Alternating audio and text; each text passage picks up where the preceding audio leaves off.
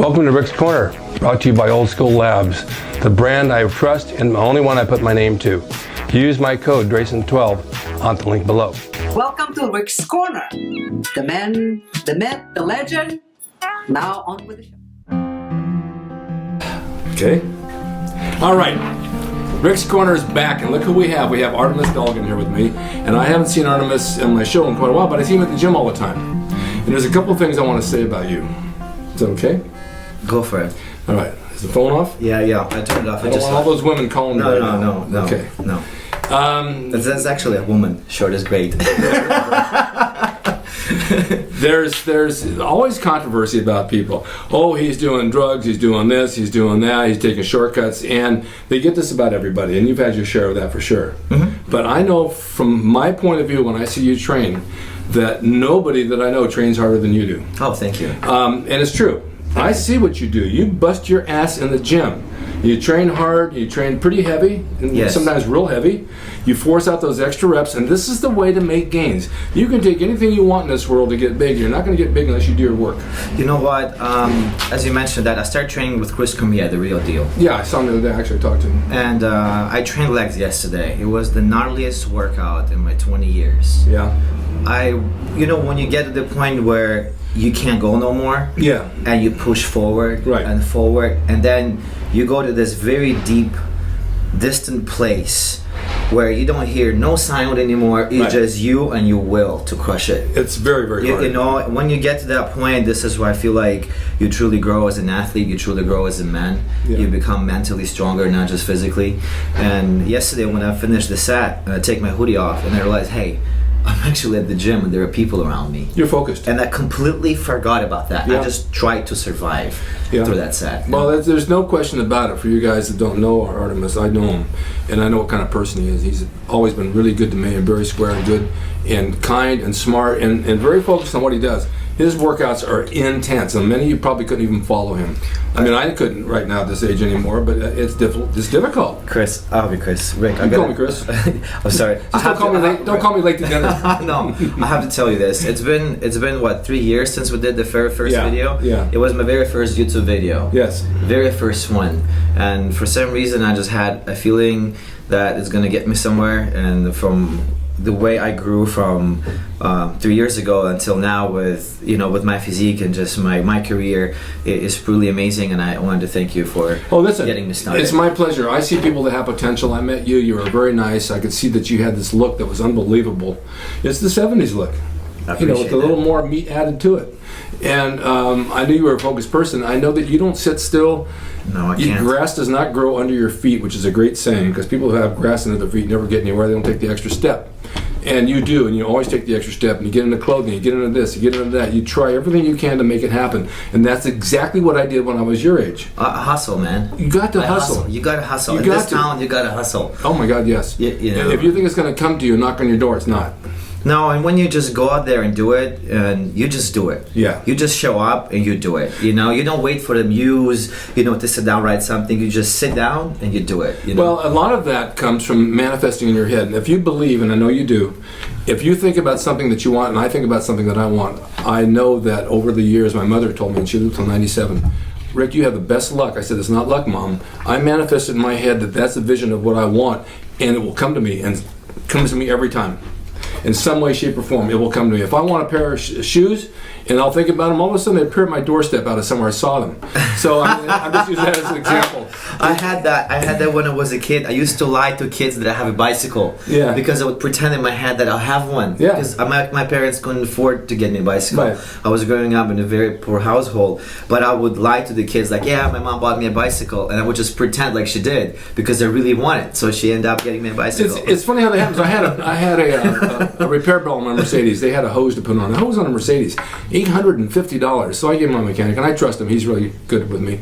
So $850. Yes, I can afford to do it. Do I want to spend it? No. And I said to myself, I told my girl, I said, I'll get that back.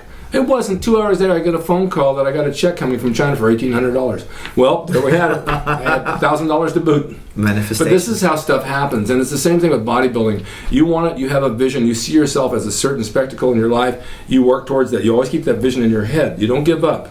You don't take something else instead of the gym. When my friends were out Friday and Saturday nights going to parties and getting drunk and hanging out, I was in the gym training. I'd meet up with them later after I worked out. But the workout, and they used to laugh at me. This is a long time ago. Well, you have to prioritize things. Yes. You know what, Drake? I also grew, not just physically, I grew mentally a lot. And I've realized that you cannot put bodybuilding in the center of your life and just be a bodybuilder and associate yourself only with muscle. Because when you lose your muscle, your identity is gone. So you really have to work on something outside the gym as well. And I feel like a lot of people missing on that, you know, in the industry. That's so true. I used to kind of think that way, but I had other talents like with music and guitar and stunts and acting and writing, and I did a little bit of everything. And even my dad died when I was very young, so he didn't get to see this. But my mom would say, "You got so much talent." I got it from her. That I knew that I had other ways to go. The bodybuilding though gave me the discipline, as it did Arnold and as it does to you. If you can get to the gym and do your sets and reps and watch your diet and discipline yourself to do this, you can take that to any level you want in any place in life. You know what? I had a conversation with someone yesterday from the gym with one of the trainers, and we were talking about having a career in bodybuilding and making it in bodybuilding. And unfortunately, a lot of guys, they just don't have the genetics, and they try to compensate the lack of genetics with anabolic steroids, and they're just doing show after show instead of just being really purely honest with themselves and seeking something outside the gym, because people put bodybuilding in the center of life, and the whole life revolves around that. And when you get injured, what happens then? Your identity, you got nothing. Your identity is gone. So I kind of start realizing it sort of maybe earlier in now in my career, that I have to branch out, that I have to grow, because if Arnold never became an actor and never became a governor, he would not be Arnold. Right. He would be, you know, I mean, there is a lot of athletes, great legends of the sport, but nobody really talks much about Lee Haney, and he was one of the greats of all time. One of the greats. You know, but nobody really talks about Lee Haney. You won't see even posts on Instagram as much about Lee Haney. I know Lee, and I did a video for him for some show he was doing. He's a really nice guy. Very nice guy. Yeah, really nice guy. And Arnold just had the charisma, and he had the dynamics to walk into a room and people would stop and he would just carry it off, and that's what got them together. But you have to have other things surrounding that. And I teach wrestling out here in that ring, and I teach the guys, they all want to go off the ropes and do the fancy stuff. I said, learn how to wrestle in the middle of the ring. Learn hold to hold to hold to hold to hold, because sometimes that top rope will break. Then what are you going to do? You can't use the rope. I've seen it happen over and over. Yeah. 5 minutes into the match, you got 10 minutes to go. The rope broke. What do we do? Just stand here? No, wrestle like you're supposed to. So, but like at bodybuilding, it's a door opener. If you show it in the proper way without walking in all flexed, look at me kind of stuff, but in a nice, like you have a nice shirt on, you look well built, people notice it. You don't have to flex to show them, they already see it. Yeah. Then you follow it up with kindness and a smile and something warm, ambitious, and something to compliment the other person, how nice they are and how sweet they are, and gee, you look great, you must be working out. They'd never forget you. I agree with you. A little compliment goes a long way. Yes, but you know, again, I don't know how much you talk about the psychological, you know, mental part of bodybuilding, because it's a huge thing. Yeah. You know, people get very insecure, especially if they go on anabolic steroids and they've been cycling for years and they got used to a certain look. They identify themselves with that look. That's the insecurity. You know, and then when they don't look that way, they wear a shirt on, they don't flex, they feel depressed, you know, and they're forcing themselves to go back on that cycle and be dependent. That's like another topic already, but psychologically you become insecure because you associate yourself with that image. Some do. Now listen, I'm 72. I had congestive heart failure and pneumonia in July. I was in the hospital. I lost 30 pounds. My kid said to me, "You don't look good, Dad. You're going to die." You just won't give up, dude. And the doctor says, "If you don't stay in here, you're going to die tomorrow. Tomorrow you will die." And I said, no, I'm not going to let that happen. I came back. I went back in the hospital. I started training lightly, and I gained maybe 10 pounds back. And then my kid said to me, "You know, Dad, you're 25 pounds lighter than normal. You actually look better. You're leaner, you look younger, you look healthier." I said, "You know what? Maybe I'll just stay at this weight." It didn't bother my ego at all because I've been there and done that. And now I just had the knee replacement, so I couldn't work legs for 2 months. And I felt a little bad, but I still went and did upper body every day. And I was 216 today, which to me is a lot of weight for a 5'11", height guy. I agree with you. See, I also used the sport, I used the bodybuilding as a platform to build something else. And I also started realizing that I don't really want to push it. I want to experience life on a larger scale. And I got off drugs like 4 months ago, and I stopped doing everything because I just felt like it was the right thing to do for me at this time. Yeah, sure. You know, and now I feel like my mind is back, my motivation is back, because I don't go through these mood swings all the time, because when you're in gear, you just go through this up and downs, you know, it does affect your moods. You get very aggressive, and I couldn't really handle some business situations without stressing out. And now I'm very, very cool. But you also, your body has the dedication and the groundwork from all the hard training to retain a lot of that muscle mass. Yeah, you know what? You have to really eat on point. Usually, for some reason, people stop eating after they go into off season, or they feel like they don't have to work hard, or they need to take a break. They start eating whatever. I try to keep my diet very clean. I try to lift heavy to keep the fullness in the muscle, because the moment you start going lighter, you're gonna lose the fullness, especially if you're off gear. Yeah. So you have to be safe about pushing yourself. Absolutely. Heavy, especially when you're natural. But you know, when you're in touch with your body, when you understand what weight you can handle and what weight you can work efficiently and still experience that heavy load, that's what it's all about. I feel like a lot of people don't understand their bodies, and they don't know. They go to the gym for years and they still don't know what they're doing. And they look the same. And they look the same. Yeah. You know, they maybe get fatter, but they think they got bigger. It's funny. Somebody asked me when I was sitting home with my leg and I had 2 IVs a day, one morning, one night, for an infection I got from my knee. And someone guy said, "Well, hey, did you get fat over the 2 months you were off?" I said, "No, I actually lost weight because I stayed clean on my diet the whole time. I didn't want to eat crap. I wanted to stay clean, knowing I was going to come back and train again. You know, I got the good to go yesterday from my doctor. You can go back to do legs." And you're ready today in the gym. I was in the gym. Well, I've been in the gym for the past 5 weeks doing upper body, but now I can do legs. So I did leg extensions. Now this is really funny, you guys. My right knee for 10 years couldn't do a leg extension by itself. I could put 5 pounds on and it wouldn't go because my knee was so bad.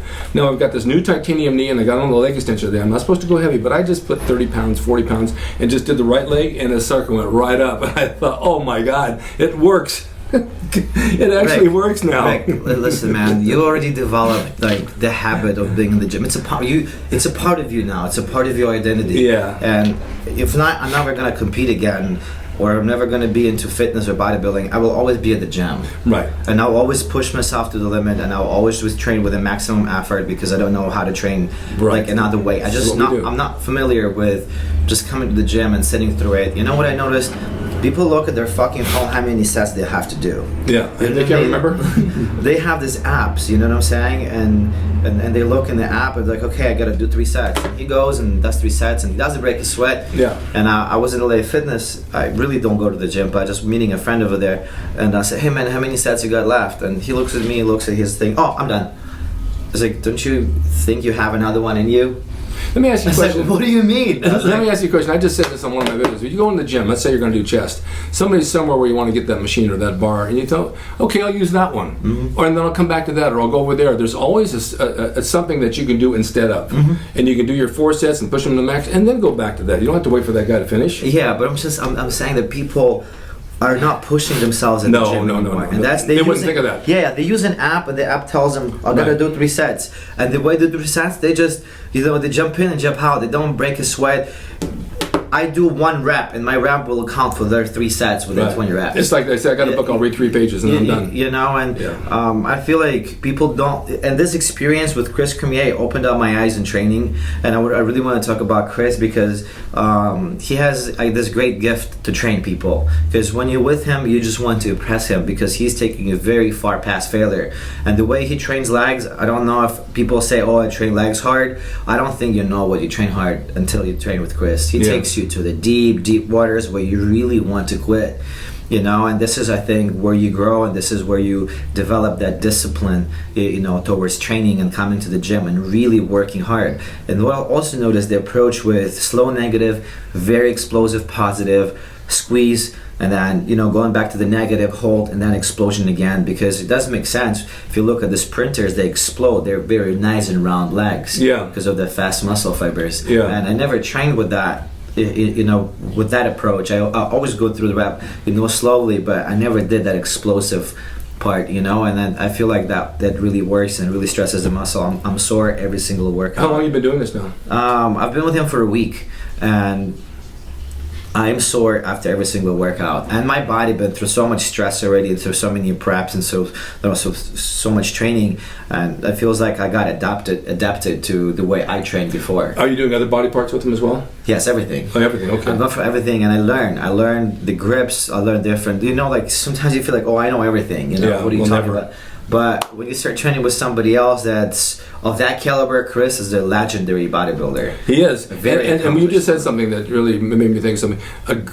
A change of a grip can mean all the difference in the world. Oh my God, the way, just their range. Yes. It will change the range, the trajectory, the way you work on that muscle, the way you just can get involved directly with his attachment, you know? Yeah. Because sometimes, I mean, people that are not truly involved in the bodybuilding as a form of art, or truly don't, you know, they're not serious about it, it won't make any difference for them. They don't care. Yeah. You don't go to the gym to fulfill responsibility of having, you know, being leaner or accomplishing and put that all into the gym. But for people that are serious about the sport, those little things, they truly matter, because little things make a whole difference. Well, because you see people, like you said, they go through the motions. They're in the gym. They're doing the same exercise with the same trainer. They have their minds not even on it. They're going through the motions. Okay, what's next? And so now, what are you training for now? What's your goal? That's what I see people training with their trainers. Yeah, I know. It's like, oh yeah, what's next? Yeah, what's next? And they're not even broke a sweat. You know what I mean? And they're just talking to their personal trainer. That's their psychiatrist. Throughout this, yeah, that's their psychiatrist. Yeah. I never understood that. And when people, I train people too, they try to talk to me. It's like, I mean, I'm not used to this. Yeah. I'm not used to talking at the gym. Some at people all. use their hairdresser, but that happened when I lost my hair. I don't talk to them. Dude, my hair going keep nice. and So strong. what are your goals now? What are you training for? What are you doing with your life? Man, I want to be happy, and I want to impact people's life and share positivity, empower people, inspire them, not towards just bodybuilding. I feel bodybuilding is just the beginning. Yeah, sure. And I want to inspire people to do great things, to live their dreams, to try things that they want to try, to take the risks and travel maybe somewhere, and you know, meet that girl that they like. You know, a lot of people not just afraid to move somewhere, they're afraid to come up to a woman and say, hi, I feel like you're very beautiful. What's your name? Yeah, well, You know, I never had a problem dude, with that. people, I mean, seriously, people right now decide to talk on Instagram or or apps, you know, like the dating apps. Yeah. Rather than going to... What happened the old-fashioned way? Yeah, exactly. It's just going away, man. People like going... I seen a guy on things swiping at the restaurant, and I look at him, I was like, man, that's fucking sad. It's funny. It's funny because when I hurt my knee and I had my surgery, I had a cane. I had a walker, then I had a cane. Actually, leopard skin like that. And so I'll go somewhere and I'll take the cane. I'll go down the step, and all these girls are there. And I said, "Oh, could you give me a hand, please?" "Oh, like sure." "And what's your name, by the way?" "You're awfully pretty." And that cane just opened more doors. And then I walked away with it over my shoulder. "You don't really need that, do you?" I said, "No, that just kind of gets me through things. A little sympathy here and there." What about you still have a clothing line? Yeah, you know what?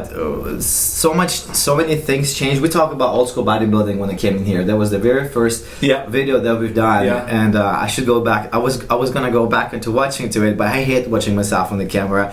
Every single video I've done, every single the film that we shot, I never look at it. Really? Only when I'm directing it, it's like, this is how I want it. But when the whole thing's said and done, I just don't go back and look at it over. Some and people over. don't like that. Yeah. I don't know why. I feel like I look stupid in camera. That's how I No, feel. you don't. You look great. And I started, I told you I had this idea about the golden aesthetics and about bringing back the old school and setting the standard, and actually cut up, and it worked, and the vacuums are not weird anymore as they were 3 years ago when I was putting them out. And the company grew, and it grew more into not just a brand, it grew into a vision. And what I'm seeing right now is that bodybuilding is stagnant. It's not going anywhere. Yeah. It's stuck at one stage. And there should be a change, and the change is not going to come from IFBB, because I mean, I don't want to see negative things about them, but they're just not doing anything for the sport to grow, you know, and to evolve. It's stuck. Yeah. It's stuck on Phil Heath, and that's it. Yeah. You know, and I feel like Cedric McMillan is a great example of flowing, mass physique. So how can you change it? You gotta start rewarding people that have a static physique. Yeah. And don't because people they say, oh, it's their fault that they got the guts. Dude, do you think Ronnie Coleman wanted to be that mass monsters? They made him to be. He started fulfilling the expectation of the judges because they wanted freaks on stage, and they are to blame for the guys who develop those guts, because they reward the size. And that's what the guys are pushed to do. They raise the bar, and you gotta meet it. They have to eat, and that your stomach is gonna grow along from that. When when you're consuming 10,000 calories in the off season, there is no way your stomach not going to grow. No, especially on top of so much test and insulin and GH and peptides, the whole and deal. the whole thing. Yeah. You know, and even this Arnold Classic, I looked at it today again because I wanted to see a Cedric McMillan interview, and I wanted to talk about that really quick too. I don't. Did you see it? No. Did you watch it? Man, No. you should. It's really funny. I don't think there is anyone in bodybuilding today that has any kind of charisma. And people criticized Cedric for expressing his thoughts and being really funny and inspirational on stage and actually having a laugh with Arnold. No one ever done that before, and I feel like it was awesome. That's the way it should be. It was cool, and people say, "Oh, you shouldn't have asked him this question." Man, that's his win. That's his man. He's on his own, man. Yes. Let him be his own man. Yes. He doesn't have to be like you, because when you had your spotlight, you didn't get that. You know what I'm saying? So Well, here's an example. If you go on an acting audition and they call you in to do a couple lines, people listen by the door to see how the other person did it. Oh, that's how you do it. So they go in and they do what the other person did. What they really want you to do is come in and do your own thing and be you. It's the same thing with this. The guy wants to be himself, laugh, joke, and have fun, then do it.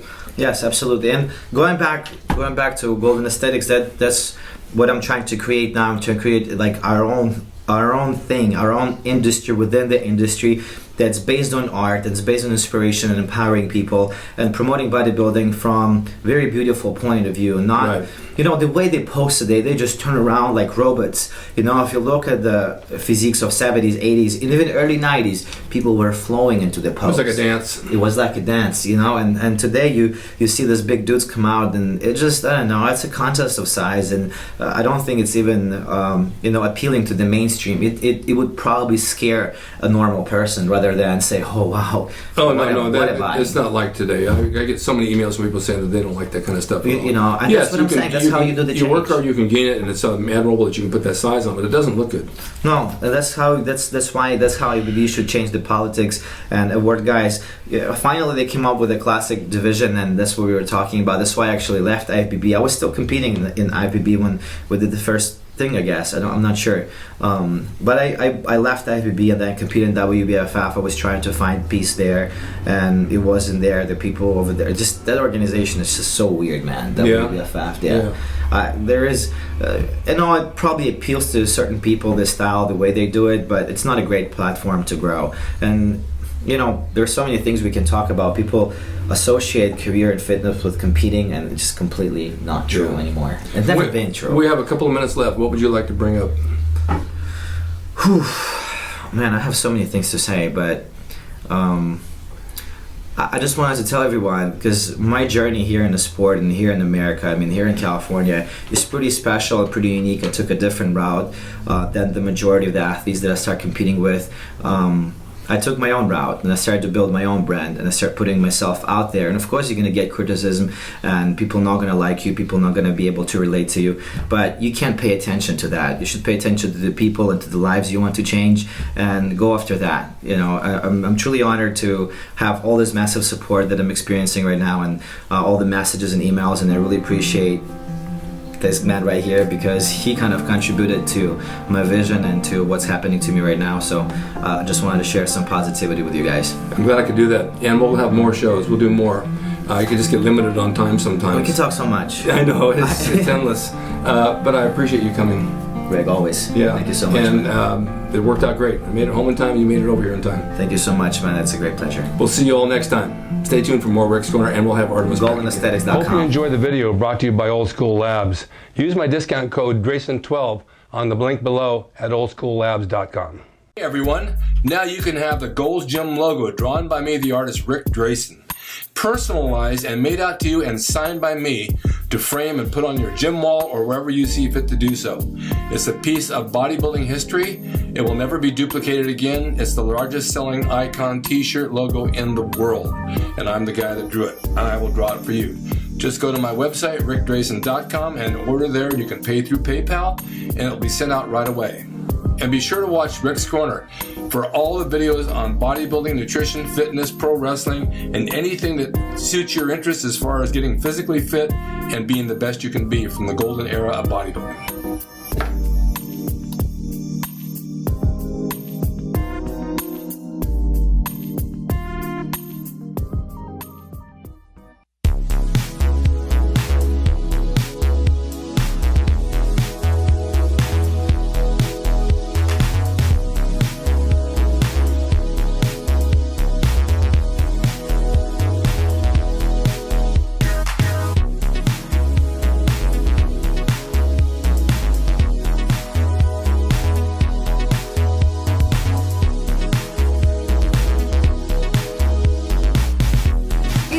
Drasin. He's the equalizer, baby.